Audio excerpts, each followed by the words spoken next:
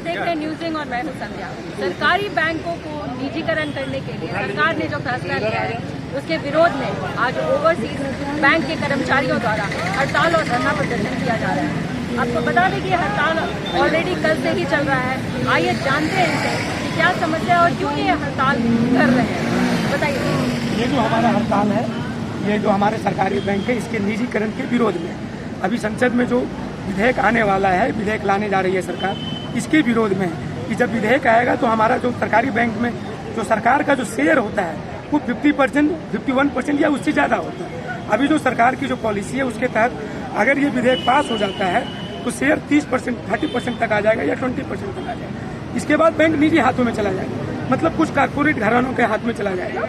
इसके बाद जो लोगों का जो सामान्य लोगों का जो लाभ होता है, सामान्य लोगों के लिए जो हमारी बैंक काम करती है, ये काम होना बंद हो जाएगा। जो गरीब किसान हैं, गरीब मजदूर हैं, जिनका खाता यहाँ हमारे यहाँ खुलता है, जैसा कि मैंने पहले भी बताया कि 95% जो जनधन खाते हैं वो सरकारी बैंक में खुले हैं। जो मुद्रा लोन है, जो कम 1 लाख, 2 लाख, 25,000, 50,000, वो केवल 95% से ज़्यादा लोन सरकारी बैंकों में आज चले। ये सरकार का रिकॉर्ड है, ये संसद में रखा गया है। अभी पीएम स्वनिधि योजना जो अभी आपने कोरोना काल में देखा होगा, कोरोना काल में जो छोटे छोटे व्यापारी हैं, जो वेंडर वाले हैं, इनकी मदद के लिए जो नया लोन लाया गया है पीएम स्वनिधि योजना। ये जो सरकारी बैंक जो है 98% से ज़्यादा लोन सरकारी बैंक के लोगों ने दिया है। एजुकेशन लोन आपने सुना होगा, गरीब बच्चे जो आगे बढ़ के उनके पास पैसा नहीं होता है, एजुकेशन लोन के लिए उनके लिए सरकारी बैंकों का दरवाजा हमेशा खुला होता है। जो बेसिक नॉर्म जब फॉलो करते हैं तो सरकारी बैंक हमेशा उनको हमें मदद करती है। अगर ये निजीकरण हो जाएगा तो फिर उनको लोन देना बंद हो जाएगा। इसमें जो गरीब घर के ज़्यादा बच्चे आते हैं, आप जो भी आपको एम्प्लॉयमेंट के लिए लोग आते हैं, जो पिछड़े वर्ग के लोग हैं, SC ST के लोग हैं, इनको यहाँ आरक्षण के तहत मौका मिलता है आगे बढ़ने का। अगर ये निजीकरण हो जाएगा तो आपको पता है आरक्षण का मौका भी खत्म हो जाएगा। सरकार जो ढिंढोरा पीटती है कि हम आरक्षण का साथ है, वो आरक्षण बंद हो जाएगा। तो इसके साथ एक तो ऐसे ही पिछले 5 साल में कोई एम्प्लॉयमेंट नहीं दिया जा रहा, बैंक में एम्प्लॉयमेंट नहीं है। इसके बावजूद हम लोग अपने कम संख्या में होते हुए भी अधिक से अधिक काम कर रहे हैं। आपने देखा हम लोग सफलतापूर्वक नोटबंदी में सरकार का साथ दिए।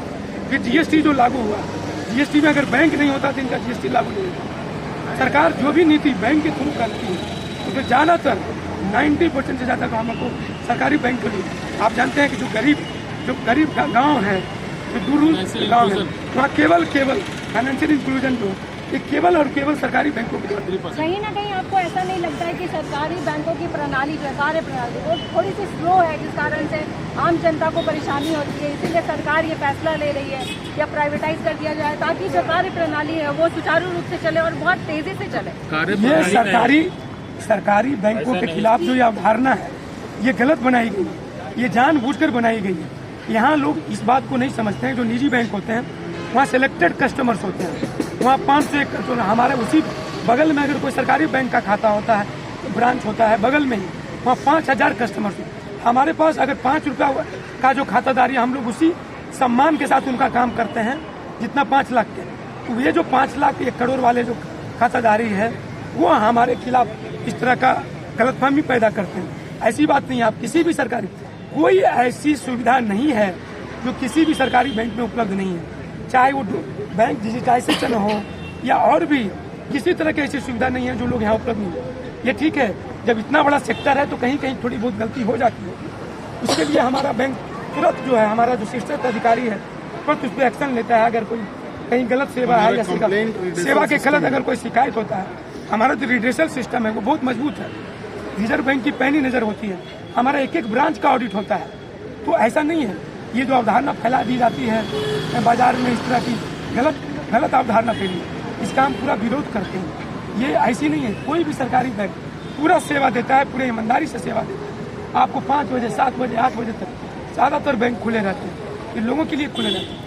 संसद का सदन का सत्र भी चल रहा है, क्या कहेंगे कि इसमें बिल जो है ये पास होगा नहीं होगा, ये फैसला जो है वो डिपेंड करता है। उसी बिल के खिलाफ तो हम लोग सड़क पास नहीं होने देना है, उसकी लड़ाई है। पहली बात है कि बिल पास तो नहीं होने देना ही नहीं। आने के पहले, उसको टेबल पर आने के पहले ही उसको बंद हो जाना है।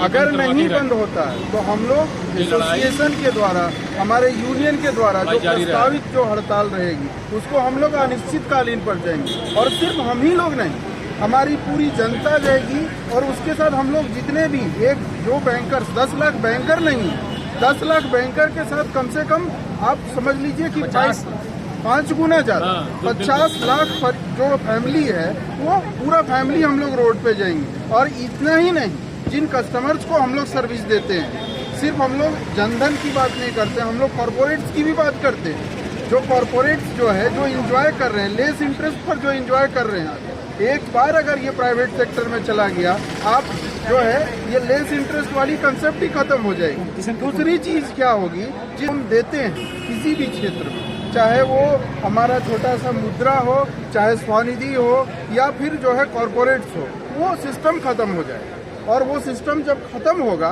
तो आपको जो गरीबी और अमीरी के बीच जो खाई है वो इतना बढ़ जाएगा, जिसमें आप जो है अभी के समय में जो परिस्थिति है और आज से 5 साल बाद जो परिस्थिति होगी, उसमें हिंसक वारदात होंगे, चोरी होगी, डकैती होगी, क्योंकि एम्प्लॉयमेंट नहीं मिलेगा।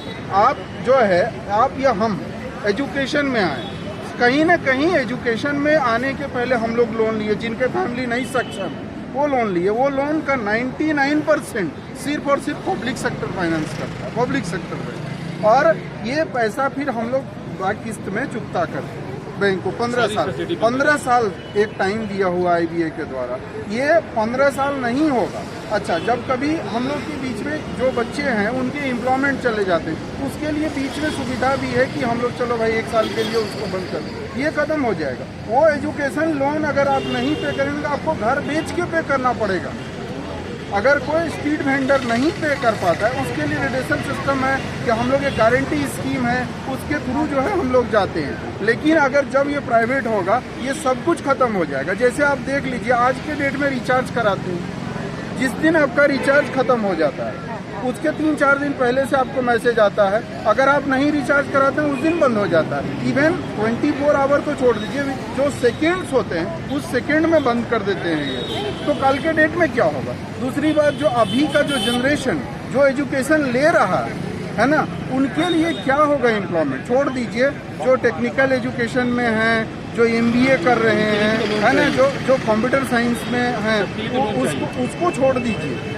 जो normal graduation Bihar, UP, Jharkhand, हिंदीवासी और इवन साउथ में, है ना, जो नॉर्मल जो पढ़ाई करते हैं, उनके बच्चे, तो उसका पर्पस ही एक होता है कि आगे चल करके हमारा जो है एक गवर्नमेंट जॉब होगा, जिसमें हमारा फैमिली जो है सरवाइव कर जाएगा और हम जो है उसको पूरा फैमिली को अपलिफ्ट करेंगे।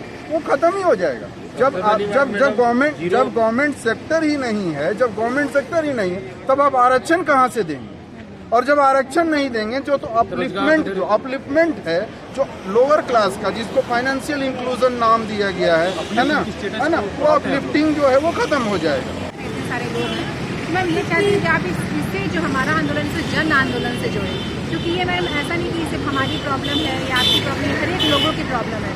जैसा कि अभी हमारे लोगों ने बताया, सदस्यों ने, कि अगर बैंक प्राइवेट हो जाएगा तो आप, जो मैं आपको एक रफली बता देती हूँ क्या क्या प्रॉब्लम। जो हमारे जो पूंजीपति लोग हैं या हाई सोसाइटी करते हैं, उन्हें तो मैं वो कहीं भी मैनेज कर लेंगे। जो हमारे नीचे लोअर लोग हैं, जिन्हों के आप जीरो अकाउंट में खाता खोलते हो, या स्टूडेंट लोग का खाता खोलते हो, 500 रुपये में खाता खोलते हो, उन्हें स्कूल में खाता देना होता है, वो में प्रॉब्लम होगी। अभी आपने देखा होगा कि स्वनिधि योजना ने हमारे बैंक में 10-10 हज़ार रुपया लोन दिया है, इवेंट चार्ट वाला, खूमचा वाला। तो आप समझ सकते हो कि आप निजी बैंक में आप भी जाते ही होगे, तो आप समझ सकते हो कि वो कितना आपको सुविधा मुहैया कराएंगे। तो ये सब सारी चीज़ें मैम, जैसे मैं चाहती हूँ, ये लोग नहीं जागरूक है कि ये प्रॉब्लम उनकी है। उन्हें क्या लगता है कि बैंक प्राइवेट हो जाएगा तो हमें सुविधा अच्छी मिलेगी। नहीं, आप अल्टीमेटम आप ही प्रॉब्लम फेस करोगे, है ना। तो आपको सबसे ज़्यादा ज़रूरत है इस समय में कि ये जन आंदोलन बनाया जाए, ना हर एक लोगों के, तब जाके ये आंदोलन सक्सेस होगा। तो थैंक यू। हमारे प्राइवेट और सरकारी बैंक का ये सबसे बड़ा चीज़ है कि आज हम लोग जीरो बैलेंस पे अकाउंट खोलते हैं। आज हमारे यहाँ जितने भी पब्लिक आते हैं, हम लोग सरकारी बैंक में जीरो बैलेंस पे खोलते हैं और गांव-गांव में जाके खोलते हैं। हम लोग सब जगह वेंडर लगा के खुलवाते हो बैलेंस पर। ये सबसे पब्लिक का जो है बड़ा ये है कि पब्लिक को फायदा मिलता है, फिर उसके बाद वो लोग पैसा जमा करते हैं। ये सरकार को इसके लिए, हमारी सरकार क्या है, पब्लिक के लिए सेवा है। सरकारी बैंक पब्लिक के लिए, आज प्राइवेट बैंक में देखिए, आज एक चेक क्लियरेंस होता है, अगर उसको बाउंस होता है तो उसमें 1000-2000 रुपये कट जाता है। लेकिन हम लोग सरकारी बैंक में तो ऐसा कुछ भी नहीं है। ये पब्लिक की सेवा के लिए हम लोग उतरे हैं। सरकार को इस चीज़ को, सरकार भी बनती है, पब्लिक से बनती है, तो पब्लिक के सेवा के लिए एनी टाइम हम लोग हैं और आगे भी रहेंगे। सरकार को इसको बिल को वापस लेना ही पड़ेगा। अगर वापस नहीं लेता है, लड़ाई चलती रहेगी, कंटिन्यू हम लोग करेंगे, अनिश्चितकालीन के लिए हम लोग। और किसान बिल इसका एक उदाहरण है। आपने सुना कि जो भी बैंक कर्मी है उनका ये कहना है कि जब तक सरकार इस बिल को वापस नहीं लेती है या सरकार इस पर विचार नहीं करती है, सरकारी बैंकों को प्राइवेटाइजेशन करने का फैसला वापस नहीं लेती है, तब तक इनका आंदोलन जारी रहेगा। अब देखने वाली बात होगी कि सरकार इस पर क्या फैसला लेती है। Giridih is a small place, and we have like very less facilities in terms of education and this kind of infrastructure. It came to our mind that basically there should be good opportunities for the students of Giridih, those who are leaving the town and going outside for studies, their higher studies and their education. I wanted my son to start with the coding classes, so I researched it online. I got through all the reviews and everything. Then I got in touch with the White Hat representatives, and I was very happy with the progress and all how he was doing. So then I thought that why not to implement it in our school so that all the students are able to learn this thing. I started coding because we can make our thoughts real.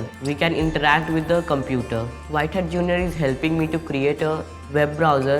And I think on this part, White Hat is actually leading, on this coding platform. It is definitely a very good platform and one should implement in every school.